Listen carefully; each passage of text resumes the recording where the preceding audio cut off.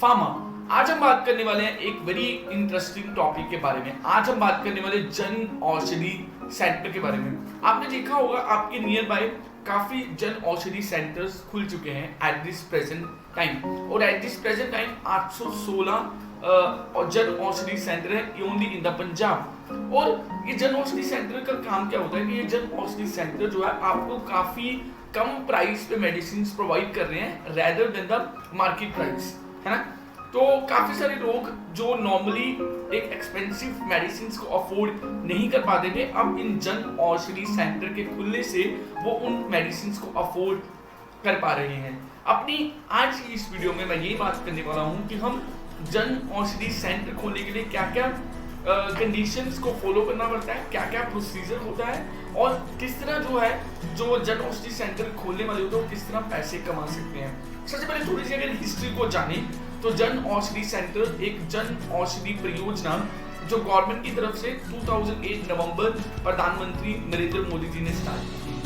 वो उनका यही ऑब्जेक्टिव था कि इस परियोजना के तहत हम लोगों को एक्सपेंसिव मेडिसिन को अफोर्डेबल करवा सके, और वो अपने इस ऑब्जेक्टिव में काफी सक्सेसफुल भी रही हैं। और ये जो परियोजना थी सिर्फ डॉक्यूमेंट्स तक नहीं रही, अब तक ये परियोजना का बहुत से लोग फायदा उठा चुके हैं, इवन जिन लोगों ने ये इस तरह के सेंटर जो है खोले ओपन भी किया।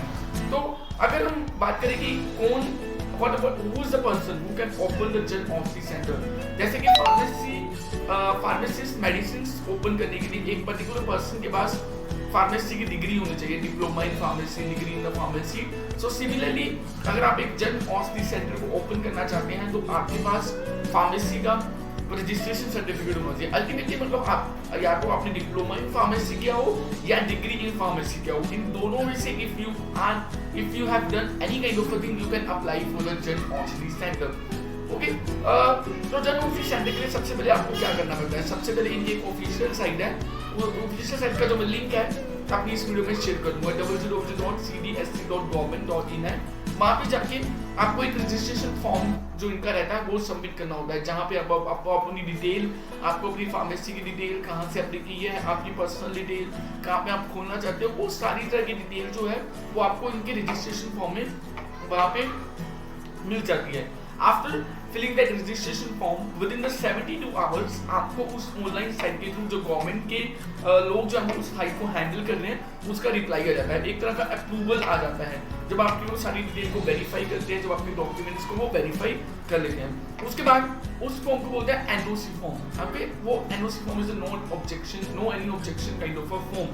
तो उस तरह का फॉर्म लेके फिर आपको क्या, उस एनओसी फॉर्म को लेके आपको अपने स्टेट का जो ड्रग इंस्पेक्टर है उसके पास जाना पड़ता है। वो स्टेट का जो ड्रग इंस्पेक्टर जो होता है वो देन आपको वो सारी इंफॉर्मेशन चेक करता है। जैसे कि आपको नॉर्मली फार्मेसी खोलने के लिए क्या रहता है कि आपको अपनी ऑथरशिप जो दुकान की, अगर आप ऑथर हो अगर उस दुकान के आप मालिक हो तो उसका वो दिखाना पड़ता है सर्टिफिकेट। अगर आप रेंट पे कर रहे हो तो उसका 6 मंथ्स का रेंट सर्टिफिकेट, बिजली का बिल, आपने एसी, रेफ्रिजरेटर, सारी चीजें जो एक फार्मेसी सेंटर खोलने के लिए आपको चाहिए होती हैं, तो आपकी सारी वहाँ पे वो डिटेल उनको दे देनी होती है। तो वो फिर ड्रग इंस्पेक्टर विजिट करता है आपके उस सेंटर में, सारी रिक्वायरमेंट्स, कितना 120 फीट की एरिया है या नहीं, वो सारी डिटेल्स, एसी, रेफ्रिजरेटर, सारी चीजें हैं या नहीं है, ओके, नियर बाय कोई और जन औषधि सेंटर तो नहीं है, तो वो सारी चीजें वो चेक कर लेता है।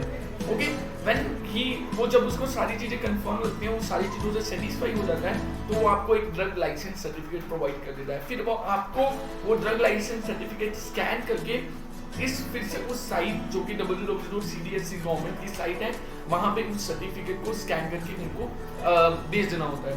फिर उस सर्टिफिकेट को बेचने के बाद वो जो हमारी जो साइट होगी, जो गवर्नमेंट है, जिनका दिल्ली की तरफ से जो मेडिसिन हैं वो आपके वो जन औषधि सेंटर में वो मेडिसिन पहुंचनी शुरू हो जाती हैं और आप अपना वो जन औषधि सेंटर चलाना शुरू कर देंगे। So this is the criteria that how you can start your जन Aushadhi centre.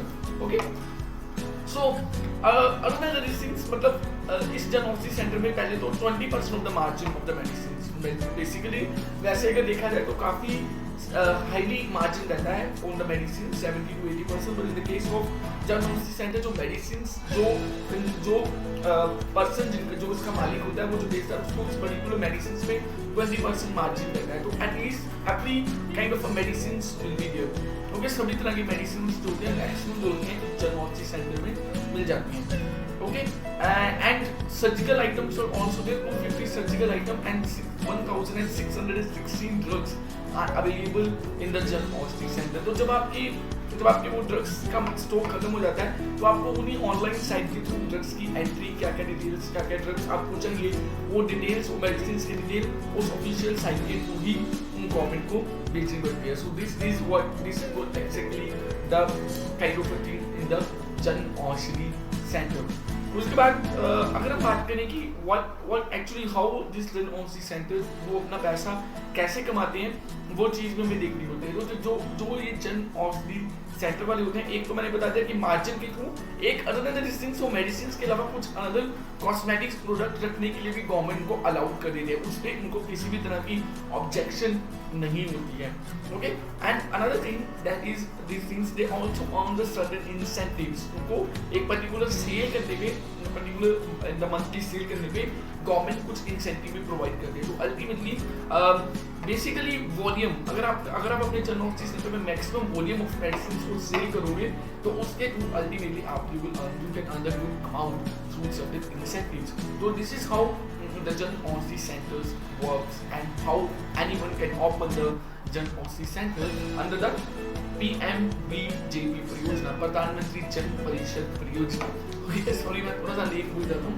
So that is प्रधानमंत्री जन परिषद योजना के अंदर ये सारे सेंटर्स हो सकते हैं. And I hope my information on this Jan Aushadhi centers is quite informative for all of you, and I think the pharmacy students are quite interested to get the information about this. And आपने जैसे मेरी बाकी videos को support किया, please support my this video. I will definitely make some more interesting content and some more knowledge updated videos in this my channel. Thank you so much. Keep supporting my channel. Inspire.